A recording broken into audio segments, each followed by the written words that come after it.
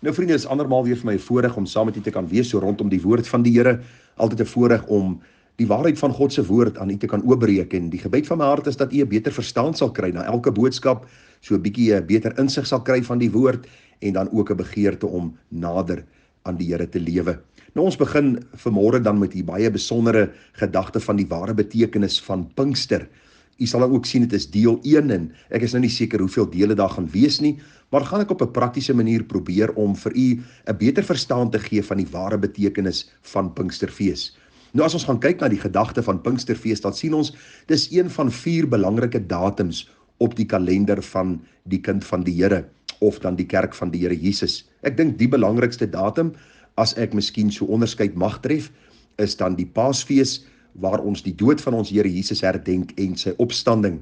Daarna dink ek volg Pinksterfees, 'n baie belangrike fees waar ons die uitstorting van die Heilige Gees of die koms van die beloofde Gees dan vier, waar die Heilige Gees dan vir die kerk van die Here gegee word, en die Heilige Gees wat woning kom maak in die harte en lewens van die weergeborenes. Dan vind ons ook die Kersfeesviering. Nou, daar is redelike debat daaroor, maar ek dink tog, dit is nie verkeerd om Kersfees te vier nie, juis omdat Christus gebore was, met die doel om te sterwe, om op te staan, om op te vaar, om dan ook weer vir ons plek te gaan voorberei. En dan ook het ons alreeds gepraat oor Hemelvaart, die voorloper van Pinksterfees, en ons sien so 10 dae nadat die Here Jesus opgevaar het na die hemel, word die Heilige Gees uitgestort, soos ons lees daar in Handelinge, die 2de hoofstuk. Nou vanmôre gaan ek bietjie stil staan net by die aanloop na die uitstorting van die Heilige Gees. Nou vriende, daar is baie vreemde dinge wat vandag gesê word oor die Heilige Gees, oor Pinksterfees. Ons kry kerke wat bekend staan as die Pinksterkerk, en hierdie kerk beweer dat die Gees van God op 'n besondere manier op 'n bepaalde gebou neergedaal het in tonge van vuur, en daar 'n salwing van die hemel gekom, en mense het in snaakse en vreemde tale gepraat. Ons kry kerke wat sê dat die Gees nou vir ons nuwe gawes gee, mense wat lag in die Gees, mense wat huil in die Gees, mense wat brul in die Gees. En u weet van die Toronto blessing, en u ken baie van hierdie verskriklike, kan ek die woord gebruik, weird predikers, wat op plekke soos TBN preek, mense soos Kevin Copeland, Benny Hinn, Rodney Howard-Browne, en nog baie ander, wat met baie vreemde manifestasies na vore kom, en dan ook sê, dit is die Heilige Gees, of die Pinkstergees, wat mense ontvang, daarom tree hulle so op. Nou ek wil begin deur vir u te sê, dat u glad nie moet steur aan al die vreemde dinge wat vandag gebeur in die kerk van die Here Jesus, onder die naam van die Here Jesus, en onder die gedagte van die uitstorting van die Heilige Gees nie.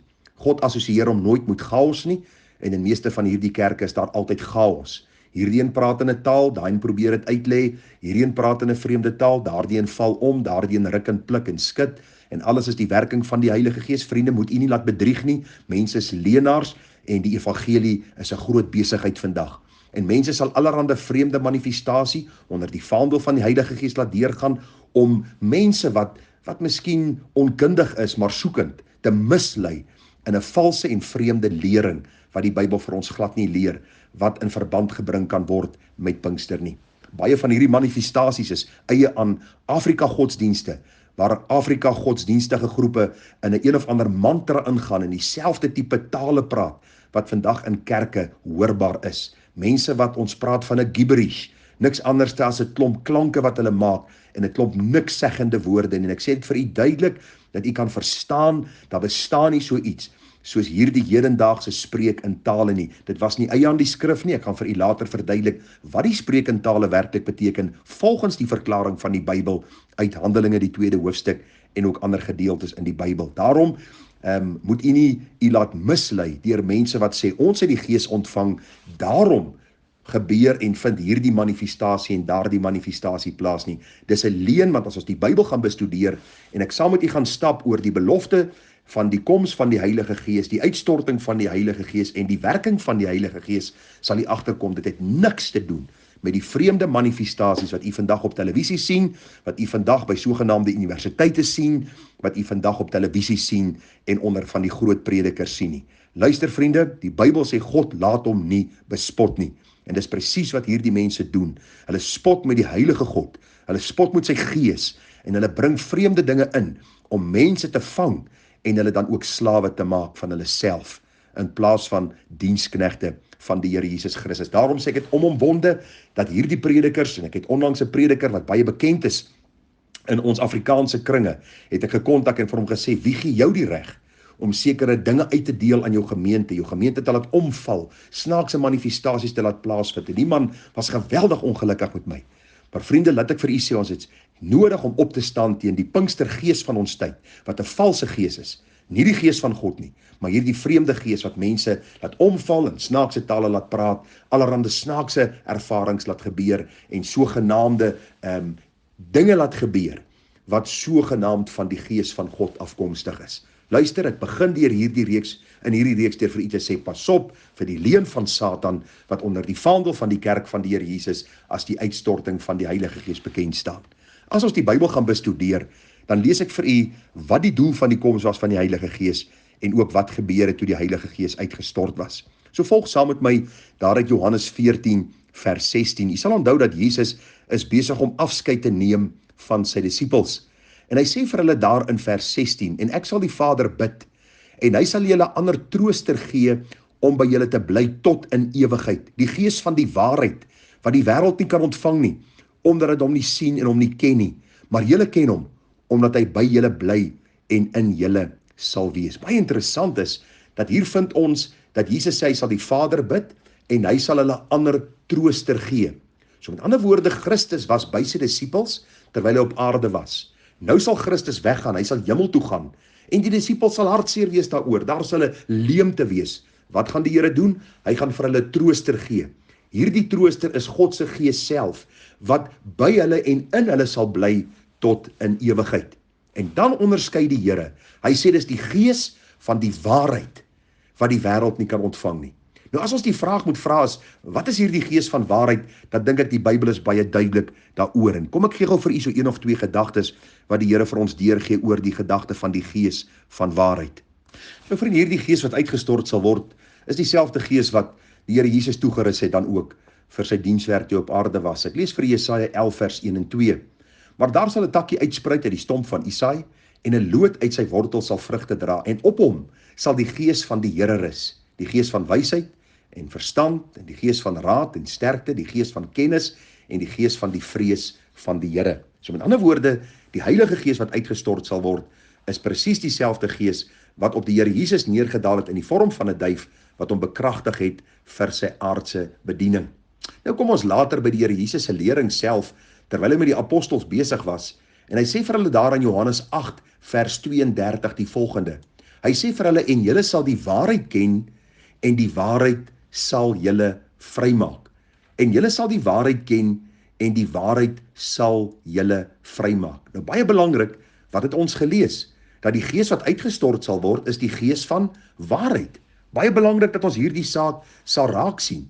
Ons sien dit weer daar in Johannes 16 vers 13. En wanneer hy gekom het, die Gees van die waarheid, sal hy julle in die hele waarheid lei. Want hy sal nie homself spreek nie, maar alles wat hy hoor sal hy spreek en die toekomstige dinge aan julle verkondig. En dan het nog een versie daar in Johannes 17:17 definieer die Here hierdie waarheid, wanneer hy vir hulle bid, en hy sê, heilig hulle Vader in u waarheid, u woord is die waarheid. So as ons sê dat die Here die Gees van waarheid dan ook sal stuur aan sy apostels, en dan ook aan sy kerk, en dan ook aan elke gelowige, na die uitstorting van die Heilige Gees, is dit niks anderste as die Gees van God, wat deur die woord van God, die waarheid van God, aan ons harte sal verklaar nie. Hierdie Gees wat uitgestort sal word, die Gees van God, het niks te doen met die vreemde manifestasies wat u vandag in kerke vind nie. Dit het absoluut niks daarmee te doen nie. Waarom sê ek so? As ons gaan kyk op Pinksterdag, Handelinge die 2de hoofstuk, die Heilige Gees word uitgestort, en nou lees ons hierdie besondere woorde. Die Bybel sê vir ons, dat Petrus het begin om te preek, en vers 6 van Handelinge 2 sê, en toe hierdie geluid kom, het die menigte saamgestroom en was in die war, want elkeen het gehoor hoe hulle in sy eie taal spreek. Waaroor het hulle gespreek? Kom ek lees vir u. Vers 12. En hulle was almal verbaas en raadloos en sê die een vir die ander, wat kan dit tog wees? Sommige het gespot en gesê hulle is vol soetwyn, maar die Bybel sê vir ons dat hulle gespreek het oor die groot dade van God. So met ander woorde, wat die disippels oorgekom het, of die apostels in Handelinge 2, was glad nie 'n vreemde manifestasie waar hulle in brabbeltale gepraat het, en iemand moes dit uitgelê het nie, glad nie, niks van hierdie dinge nie. Dit was die eenvoudige, die uitstorting van die gees van waarheid, wat die apostels in staat gestel het om die waarheid te praat aangaande Jesus, die Messias, wat gekom het as redder, wat gekruisig is, wat opgestaan het, wat opgevaar het, en nou sy gees uitgestort het, soos hy beloof het. En hierdie gees sou die instaatsteller wees, die een wat die apostels sou in staat stel, om geestelik staande te kan bly, om bekragtig te word, om die waarheid van die evangelie te preek. So met ander woorde, as ons sou saamvat, sê die Bybel, dat die Here sal die gees van die waarheid stuur. Hierdie waarheid van die Heilige Gees word in die Ou Testament alreeds vir ons deurgegee, as dieselfde gees wat Jesus bekragtig het vir sy aardse bediening. Ons sien dat die Here sê, sy disippels moet geheilig word in die waarheid van die woord, en hierdie waarheid, vriende, het Petrus van getuig op die dag van Pinksterdag. Die Gees verhoog Christus, die oomblik toe die prediking plaasvind, toe vertel Petrus vir hierdie omstanders, en sê vir hulle, luister, hierdie Jesus wat julle gekruisig het, hy is die weg, hy is die waarheid, en hy is die lewe, en niemand kom na God die Vader, behalwe deur hom nie. So hierdie is net so inleidende gedagte, net om vir u so 'n bietjie kalmte te bring in u hart, om vir u te sê, moenie soek na ervaring nie, moenie soek na een of ander vreemde manifestasie, moenie soek na een of ander vreemde taal, of omval in die gees, of dit wat ander mense kwansies ervaar, onder die vaandel van Pinksterfees, of die uitstorting van die gees nie. Vlug van hierdie goed af weg, want dit sal jou verwar, dit sal jou geestelike lewe verongeluk. Die Bybel sê eenvoudig, God se gees is die gees van waarheid, wat in ons harte uitgestort sal word. Hy sal ons lei in die volle waarheid van die woord, sodat ons met ons verstand en met ons hart en met ons wese God kan dien in gees en in waarheid. Baie seën vir u, baie sterkte. Mag die Here vir ons seën in hierdie reeks wat voorlê. Ons gaan môre aangaan om vir u te verduidelik wat die woord vir ons sê oor die koms van die Heilige Gees en wat die ware betekenis van Pinksterfees is. Mooi dag, tada.